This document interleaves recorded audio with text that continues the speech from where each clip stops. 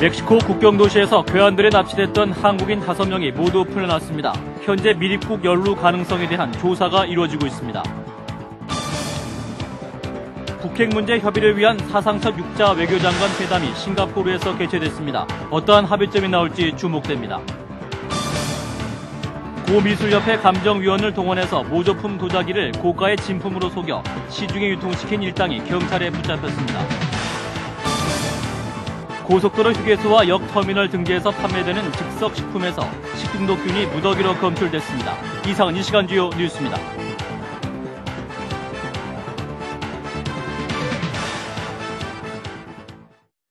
여러분 안녕하십니까? 멕시코 국경도시 레이노사에서 괴한들에게 납치됐던 한국인 5명이 현지 경찰의 노력으로 무사히 풀려났습니다. 멕시코 경찰과 한국 당국은 이들이 미입국 등에 연루됐을 가능성에 대해서 조사를 벌이고 있습니다. 임미연 기자입니다. 멕시코 국경도시 레이노사에서 납치됐던 한국인 인질 5명이 우리 시각으로 오늘 오전 9시쯤 모두 석방됐습니다. 한국인들을 납치했던 괴한들은 현지 경찰의 수사망이 좁혀오자 한국인 인질들을 레이노사시 호텔 앞에 내려놓고 도주한 뒤 경찰에 인질들의 소재를 알려줬습니다. 외교부는 현지 경찰이 억류 장소 인근을 수색해오자 범인들이 압박을 느끼고 인질을 풀어준 채 도주한 것으로 파악된다고 밝혔습니다. 억류 장소 인근을 수색해 들어감에 따라서 범인들이 압박감을 느끼고 인질들을 풀어주고 도주한 것으로 파악하고 있습니다. 석방된 5명은 건강 진단을 받은 뒤 현재 멕시코 경찰로부터 납치 경위 등을 조사받고 있으며 조사가 끝나는 대로 한국 대사관 측에 신병이 인도될 것으로 보입니다. 하지만 피랍자 5명 가운데 1명이 중국 국적자로 확인되는 등 이들이 미국으로 미입국을 시도하다가 멕시코 범죄 단체에 납치됐을 가능성이 높은 것으로 전해지고 있습니다. 정부 당국자는 5명 가운데 2명은 멕시코 사정을 잘 알고 나머지 3명은 여행객이었다며 이들이 미입국 시도와 연계됐을 가능성이 있다고 밝혔습니다. 이에 앞서 멕시코 측 사법당국은 현지 라디오와의 인터뷰에서 납치된 한국인들은 사업가가 아닌 평범한 사람들로 인신매매 조직에 의해서 한국을 떠나 멕시코로 왔으며 이 조직은 한국인들을 미국으로 보낼 예정이었다고 말했습니다. CBS 뉴스 임미연입니다. 남북한과 미국, 중국, 일본, 러시아가 참여하는 6자 외교장관급 회담이 싱가포르에서 열리고 있습니다. 6자 외교장관들은 비핵화 2단계 마무리 문제를 집중 논의하고 있습니다. 구용회 기자입니다. 사상 처음으로 열리는 6자 외교장관 회담이 오늘 오후 6시부터 싱가포르에서 진행되고 있습니다. 6자 외교장관 회담은 비공식 회담이긴 하지만 2003년 8월 6자 회담 체제가 출범한 이후 처음으로 열린다는 점에서 적지 않은 관심을 모으고 있습니다.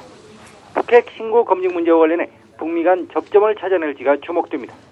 그러나 회담 시간이 1시간에 불과해 상징성 면에서는 큰 의미가 있지만 내용상 심도 깊은 논의는 어려운 상태입니다.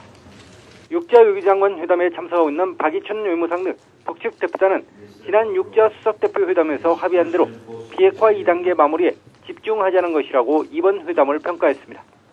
북측 대표단은 또 자신들은 냉각탑을 폭파하는 데에 성의 있는 노력을 다했다며 미국이 대북 적대시 정책을 전면적이고 근본적으로 해제해야 한다는 입장을 강조했습니다. 금강산 피격 사건에 대해 북한 측은 금강산 사건은 북남 관계이고 외무성에서 관할하는 문제가 아니라면서 아예 언급을 피했습니다. 이번 회담 기간 중 남북 외교장관 회담은 북한 측의 보이콧으로 성사되지 않았습니다. CBS 뉴스 고용입니다. 독도가 우리나라 영토라는 사실을 세계에 널리 알리기 위한 교육 자료가 4개 국어로 처음 발간됐습니다. 국토해양부 산하 한국해양수산개발원 독도해양영토연구센터는 한글과 영어, 일어, 중국어로 된 독도는 대한민국의 고유 영토입니다라는 15페이지짜리 교육 자료를 발간해서 국내외에 배포한다고 밝혔습니다. 한편 오늘도 일본 대사관 앞에서는 정신대 문제대책협의회 할머니들이 정기 수요 집회를 갖고 독도 도발에 대한 규탄 집회를 갖는 등 일본 규탄 시위가 이어졌습니다. 한나라당 박기태 대표는 금강산 관광객 피살 사건 등 악화 일로로 치닫고 있는 남북관계를 해소하기 위해서 이명박 대통령에게 대북 특사 파견을 건의하기로 했습니다. 차명진 대변인은 브리핑을 통해서 박 대표가 한나라당에 있는 훌륭한 정치인을 대북 특사로 파견하도록 대통령에게 건의할 예정이라고 밝혔습니다. 당 안팎에서는 박근혜 전 대표를 염두에 둔 것이 아니냐는 관측이 나오고 있습니다. 이와 관련해 이명박 대통령은 대북 특사 문제는 남북한 간 문제를 봐가며 결정할 것이라면서도 당분간은 아니라고 밝혀 금강산 관광객 피격 사건에 대한 진상조사가 선행돼야 한다는 점을 분명히 했습니다. 서울시의회 뇌물 파문과 관련해서 민주당과 선진당 등 야4당이 해당 의원들에 대한 주민 소환을 추진하기로 했습니다. 민주당 원혜영 원내대표는 오늘 최고위원회의에서 서울시의회 뇌물 사건이 도마뱀 꼬리 자르기로 끝나는 것 같다면서 다른 야당과의 공조를 통해서 주민 소환을 적극 추진하겠다고 밝혔습니다. 선진당 박선영 대변인도 민주당으로부터 공식 제안이 오면 검토해보겠지만 검찰 수사가 불공정하거나 제대로 되지 않고 있다고 판단되면 추진할 수 있을 것이라면서 신중한 반응을 보였습니다. 한국고미술협회 감정위원을 동원해서 모조품 도자기를 고가의 진품 조선 백자인 것처럼 속여 시중에 유통시킨 일당이 경찰에 잡혔습니다. 이들은 또 골동품의 감정가액을 부풀린 뒤 이를 근거로 보험에 가입하고 보험금을 부당하게 타내려 하기도 했습니다. 강인영 기자입니다. 골동품 중개업자 권모 씨 등 5명은 지난 2005년 6월 초 조선시대 백자 모조품 2점을 각 80만 원에 제작했습니다. 이 가짜 백자들은 한국고미술협회 감정위원들로부터 허위로 진품 감정서를 받자 진짜 백자로 둔갑했습니다. 진품 시가 감정서 발급비 30만 원에 어느새 가짜 백자들은 호가 5억 원이 됐습니다. 권 씨 등은 급전이 필요하다고 속여 피해자 박모 씨에게 이 가짜 백자를 맡기고 8천만 원을 가로챘습니다. 이거 신작인데 이게 아주 괜찮게 나왔다. 돈이 필요하니 300만 원만 좀 받아줘야 돼. 이 사건에는 국내 유일의 골동품 시가 감정기관인 한국고미술협회 감정위원들도 깊게 연루됐습니다. 한국고미술협회 전 감정위원인 정모 씨는 지난 2006년 3월 권 씨로부터 제작한 모조품 가운데 한 점을 250만 원에 구입한 뒤 감정서를 허위로 발급받아 1,850만 원에 다시 유통시킨 혐의를 받고 있습니다. 감정서를 믿고 가짜 백자를 구입한 골동품 업자는 어안이 벙벙합니다. 감정서 믿고 사가지고 지금 이 상황에서 고스란히 손해보는 경황이 되는데 더 이상 피해자가 자꾸 나타나니까 이건 공신력이 떨어지는 거 아닙니까? 협회로서도. 이어 감정위원 정 씨는 1,000만 원을 받고 한국고미술협회 소속 감정위원 5명에게 의뢰해 시가 1억 5천만 원 상당인 고려청자를 5억 5천만 원으로 부풀려 시가 감정서를 발급한 혐의도 받고 있습니다. 이렇게 감정가가 부풀려진 고려청자를 임모 씨 등은 보험 사기에 이용하려다 적발되기도 했습니다. 서울지방경찰청은 이처럼 모조품을 제작해 유통시킨 권 씨 등 5명과 허위 시가 감정서를 만든 정 씨 등 6명을 불구속 입건하고 보험 사기를 친 인 씨에 대해 구속영장을 신청할 예정입니다. 고속도로 휴게소와 터미널 등지에서 판매되는 즉석식품에서 식중독균이 검출됐습니다. 식품의약품안전청은 지난 7일에서 19일까지 전국 고속도로와 국도 휴게소, 역터미널 등 134개 다중이용시설에서 252개 제품을 수거해 검사한 결과 15개 즉석식품에서 식중독균이 검출됐다고 밝혔습니다.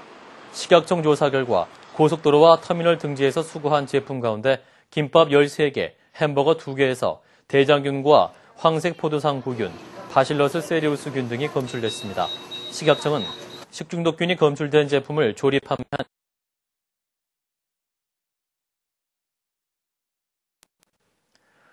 보건의료노사가 파업을 앞두고 무려 26시간에 걸친 마라톤 협상을 벌였으나 끝내 합의안 노출에 실패했습니다. 그러나 보건의료노조는 28일까지 조정기간을 연장하자는 노동위원회 제안을 받아들여서 파업 대신 협상을 계속하기로 했습니다.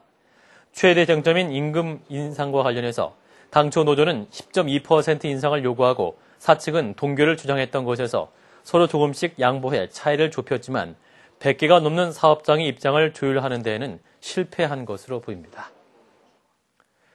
전국언론노동조합은 이명박 정부의 방송 언론장악 시도가 노골화되고 있다면서 오늘 하루 경고 파업을 벌였습니다.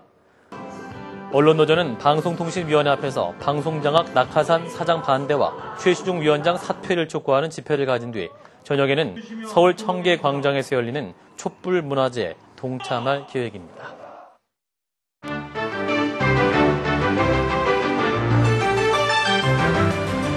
열대성 폭풍 돌리가 카테고리 1급의 허리케인으로 발전했습니다. 이 돌리는 시속 16km 속도로 미국의 텍사스주 그리고 멕시코 동북부 지역으로 향하고 있다고 하는데요. 바짝 긴장하고 있는 주민들의 모습 지금부터 함께 만나보시죠. 기상관 측 관계자들은 현재 허리케인 돌리 중심부가 멕시코 동북부 혹은 텍사스주의 남쪽 끝에 도달할 전망이라고 밝혔습니다. 멕시코만에서 파도를 즐기는 아이들. 하지만 하늘은 금방이라도 허리케인이 불어닥칠 것으로 보입니다. 텍사스주와 멕시코 일부 지역에서는 허리케인이 강타할 것을 대비해 생필품을 챙기고 창문마다 나무 판자를 대놓거나 모래주머니를 재빠르게 옮깁니다. 허리케인 돌리의 최대 풍속은 현재 시속 120km에 육박하고 세력은 더 커질 것이라고 하는데요. 큰 피해는 없었으면 좋겠습니다. 최근 유엔은 에티오피아와 소말리아 등 많은 아프리카국에서 세계 식량 지원에 의존하며 살아가고 그 수는 시간이 갈수록 급증할 것이라고 밝혔습니다. 국제 곡물 가격과 유가 상승으로 빈곤층의 아이들은 영양실조에 허덕이고 대부분의 사람들도 하루에 한 끼로 버티고 있습니다. 기아와 내전, 질병으로 신음하던 아프리카인데요. 최근에 인플레는 말 그대로 생존을 위협하는 재앙으로까지 다가오고 있습니다. 짐바브웨에선 계란 한 개가 350억 짐바브웨 달러에 팔리고 있을 정도로 물가가 살인적으로 상승했습니다. 이 소비자 물가가 하늘 높은 줄 모르고 오르고 있는데요. 해결책으로 1,000억짜리 짐바브웨 지폐를 발행시켰습니다. 올해만 8번째 발행된 고액권인데요. 화면으로 함께 만나보시죠. 짐바브웨 중앙은행은 물가 상승으로 1,000억짜리 짐바브웨 달러를 발행했습니다. 인구의 80% 이상이 빈곤선 이하로 참혹한 생활을 하고 있는 짐바브웨는 소비자 물가 상승률이 올해만 220만 % 폭등했습니다. It's nothing because you can't buy anything with it. A loaf of bread is now going for 200 and everything is bought on the black market, so the prices are soaring to the majority of the people. 물가 상승으로 현금이 부족해지며 여러 가지 대책을 내놓고 있지만 당분간 짐바브웨의 경제 위기는 계속될 것 같습니다. 콜롬비아의 한 투우장, 파도가 물결치듯 관중석이 갑자기 무너져 내립니다. 투우장은 순식간에 아수라장이 됐고 소가 관중석으로 다가가지 못하도록 투우사는 재빠르게 소를 붙잡습니다. 이 사고로 관중석에 있던 100여 명이 다쳤고 20여 명은 인근 병원으로 옮겨져 치료를 받고 있습니다. 투우장의 관중 좌석보다 더 많은 사람들을 받으면서 무게를 이기지 못한 의자가 무너져 내렸다고 하는데요. 상업적인 목적으로 이익을 남기는 것보다는 사람의 안전이 가장 중요하겠죠. 지금까지 박주연이었습니다.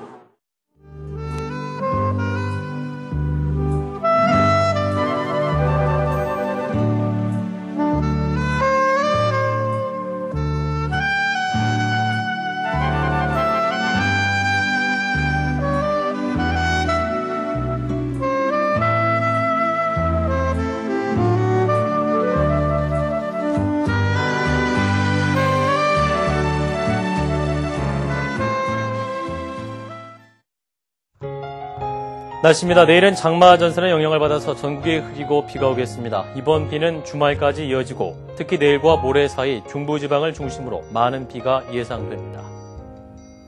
내일 아침 최저기온 22도에서 25도, 낮 최고기온 26도에서 32도가 되겠습니다. 서울의 현재 기온 24도입니다. 이상으로 CBS 뉴스를 마칩니다. 고맙습니다.